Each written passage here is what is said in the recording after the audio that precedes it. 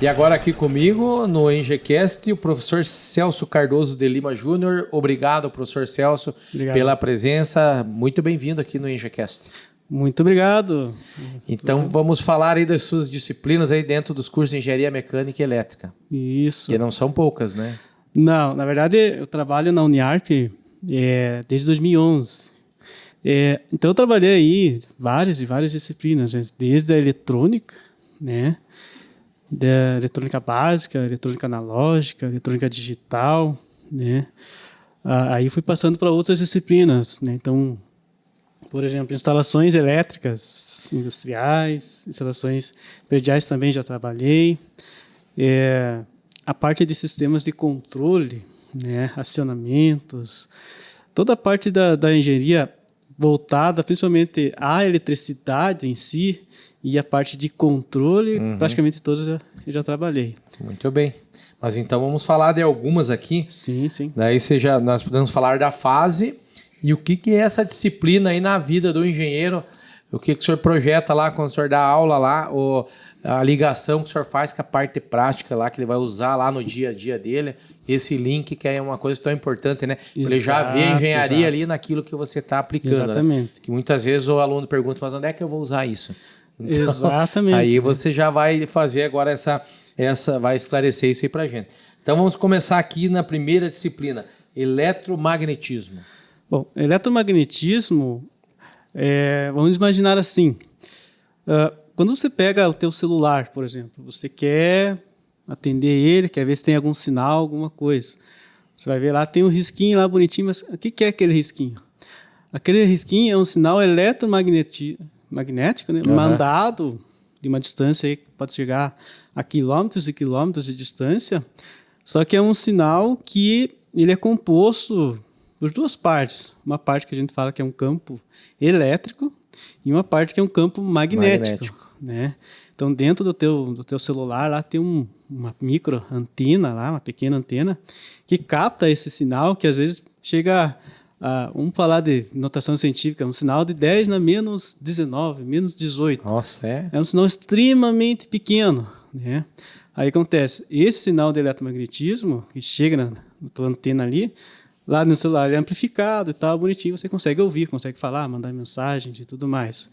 Outra aplicação que a gente tem de eletromagnetismo, agora de uma forma um pouco mais abrangente, né, maior aí, é o motor elétrico, né? Que está na indústria em todo lugar, né? Exatamente, o motor elétrico, a base do funcionamento de qualquer máquina elétrica, né? A gente está falando de motor elétrico, mas poderia ser um transformador, um gerador, é a atuação do campo eletromagnético. Tá? Então, se eu não tiver um campo eletromagnético na minha máquina, o meu motor não gira, não funciona. Né? Então, eu preciso entender como é que ele funciona, como é que é o caminhar dele pelo ar, ou, enfim, por outros meios, para que ele chegue tanto no meu celular quanto no meu motor e faça funcionar os dois. Que legal. E tudo ligado, né? Você falava antes com o professor Juliano aí da parte mecânica, e para fazer movimentado isso, sempre tem um motor por trás. Exatamente. Que legal. É tudo interligado, né? Cada área, né, tem o seu papel ali fundamental, né, dentro do funcionamento. Exatamente. Então a gente tem meios de você dimensionar e calcular. Por exemplo, você falou aí da parte mecânica. A parte mecânica, muitas vezes a gente eu quero levantar uma carga aí a 10 metros de altura, como é que eu vou erguer? Que motor que eu vou usar? Sim. Então existe um cálculo para isso. Eu quero erguer essa carga aí a 10 metros de altura, em tanto tempo, a tal velocidade. A partir disso eu consigo dimensionar o motor. E a partir do dimensionamento do motor, da potência dele, eu consigo dimensionar qual vai ser o campo girante dele, e a partir desse campo rebobinar o motor, por exemplo. Sim. Então consigo fazer uma engenharia a partir disso. E por aí vai, né? Isso. E dentro, então, vamos seguindo aqui da eletrônica. Então, aqui nós temos 3 eletrônicas, que já dá para o senhor falar na sequência aí, né, professor Celso? Isso. Eletrônica analógica, eletrônica digital e eletrônica de potência. O senhor explica aí cada um deles para nós aí dentro do curso da disciplina que o senhor dá. Então, vamos lá. A eletrônica analógica, vamos pegar o seguinte, pegar o celular. O celular chegou aquele sinal eletromagnético que a gente falou no início. Sim. Aquele sinal eletromagnético, ele precisa ser amplificado, porque ele é muito pequeno. O ouvido humano não vai conseguir ouvir, mesmo que você jogue no alto-falante, não vai ter como ouvir. Eu preciso amplificar esse sinal. Então, a eletrônica analógica trata da parte de componentes como diodos, resistores, capacitores, amplificadores operacionais, que vão, como o próprio nome diz, trabalhando esse sinal e amplificando esse sinal gradativamente até chegar a um nível de som, né? No caso, quando sai no alto-falante, que a gente possa ouvir, por exemplo. É isso para a eletrônica analógica. Sim. Na eletrônica digital, você tem a tela do teu celular. Bom, a tela do seu celular, se você vai ver, é tudo digital. Sim. Porém, o som que viaja pelo ar, que é através de ondas eletromagnéticas, que a gente está comentando aqui, ele é um sinal analógico, né? Então, imagine se eu tivesse meu celular tudo cheio de ponteiro analógico. Não ia dar, né? Não tem como. Ia ficar meio esquisito. Então, o que a gente faz? Converte esse sinal, trabalha lá com a eletrônica digital, e aí você transforma esse sinal digital em algo, em pixels, que a gente fala ali, para que a gente possa visualizar na tela do seu celular. Tá? Transforma do analógico para o digital. Isso, exatamente. E daí vai visualizar ali o exemplo do celular. Isso, exatamente, exatamente. Então, por exemplo, as máquinas, elas não entendem digamos, vamos supor aqui, um som de volume de 10, de 5, de 15, ela só entende 0 e 1, 0 e 1, 0 e 1, 0 e 1. Então, o que você tem que fazer? Você tem que converter esse sinal que é analógico num sinal puramente 0 e 1, 0 e 1, 0 e 1, que é uma combinação de 0 e 1 que vai trazer, então... Que é a linguagem dela, né? Que é a linguagem dela.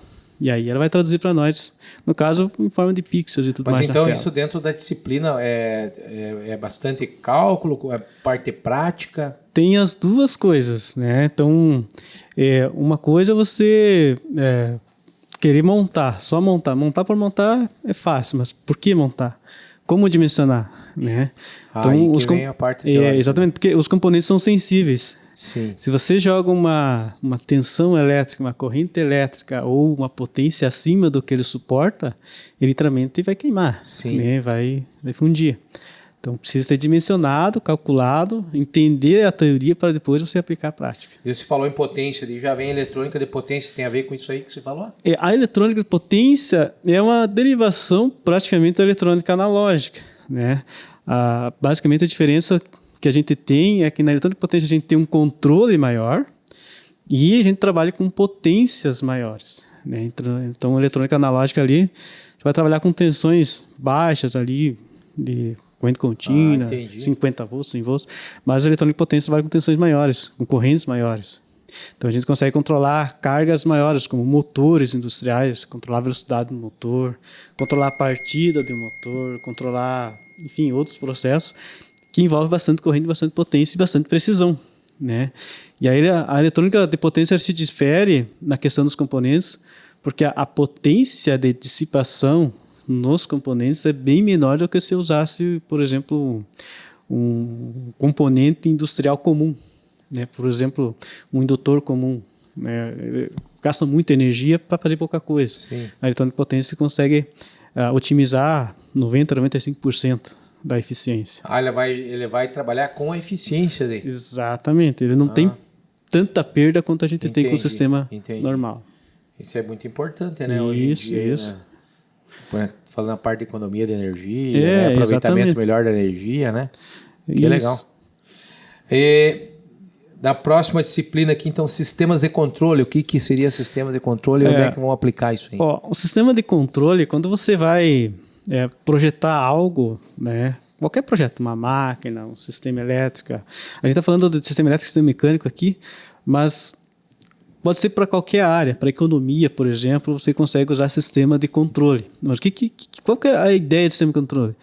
É você fazer uma modelagem matemática, pode ser um sistema elétrico, um sistema mecânico. Por exemplo, eu quero fazer uma modelagem matemática para ligar uma lâmpada, por exemplo. Né? Existe um cálculo que você consegue aplicar antes de você montar o circuito da lâmpada e para ver se a lâmpada vai funcionar do jeito que você quer. Então você consegue dimensionar, calcular. Aí para frente a gente faz a parte de simulação, né? Existem softwares aí como o MATLAB, por exemplo, utilizando o Simulink, para você simular, né, o teu sistema para ver se ele vai funcionar de acordo com o que você está modelando matematicamente. Funcionou matematicamente, aí sim você vai lá, faz a prototipagem e depois o produto final. Muito bem. E dentro desse universo aí da aprendizagem, temos aí projeto assistido por computador. Isso. O projeto assistido por computador é assim. Quando a gente trabalha com projetos de máquinas, basicamente, né? Por exemplo, eu quero projetar um torno, uma fresa, eu quero projetar alguma coisa nesse sentido. E muitas vezes você não quer montar ali, fazer um protótipo muito caro, muito complicado. Sim. Então o que você faz? Você faz uma modelagem num software. Aqui a gente pode estar citando aí o SolidWorks, o SolidEdge, o Inventor, né? Onde a partir desses softwares, que são softwares chamados da base KE, né?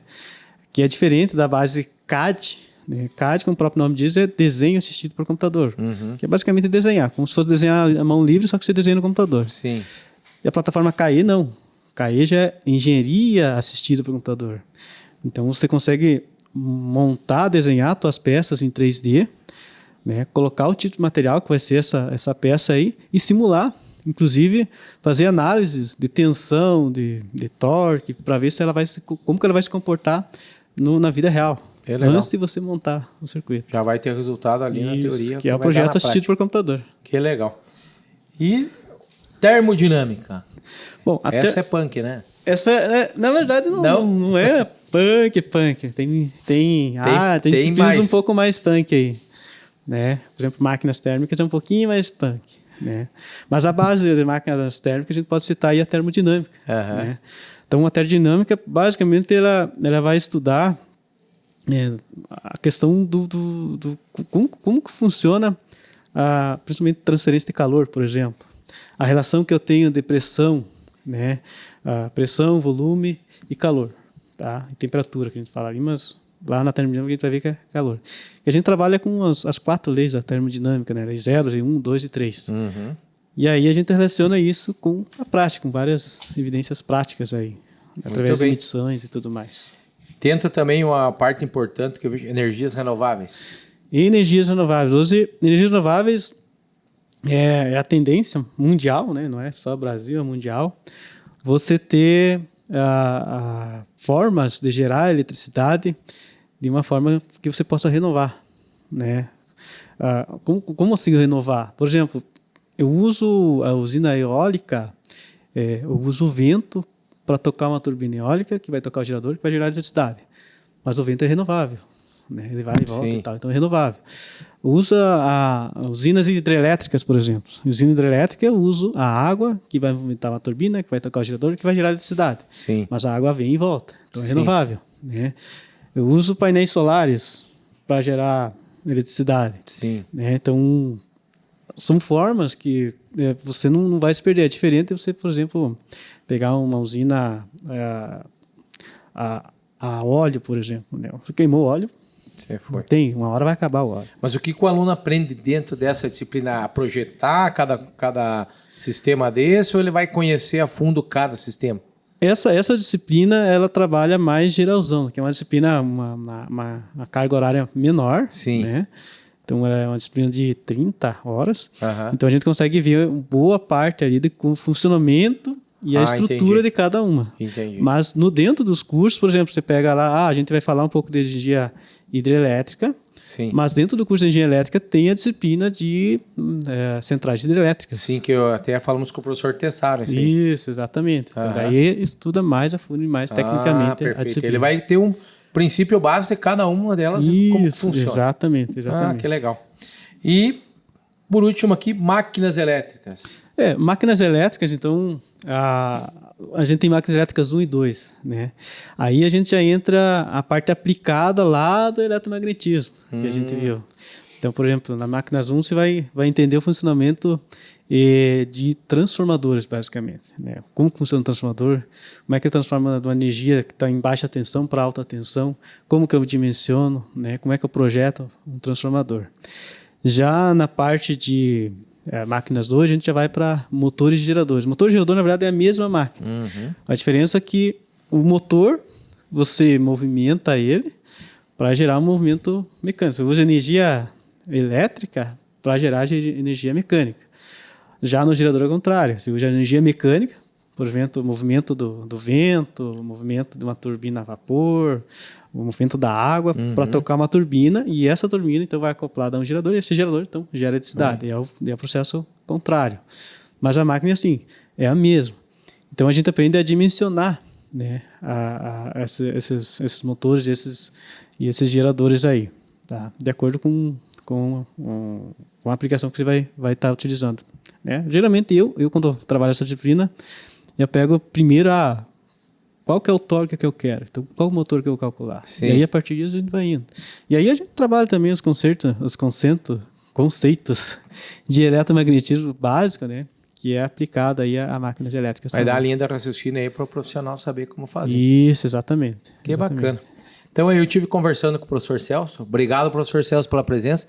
Seja sempre bem-vindo aqui no EGCast. Eu que agradeço o convite. Então, A hora que puder, eu volto. então tá, com certeza. Vamos ver mais vezes.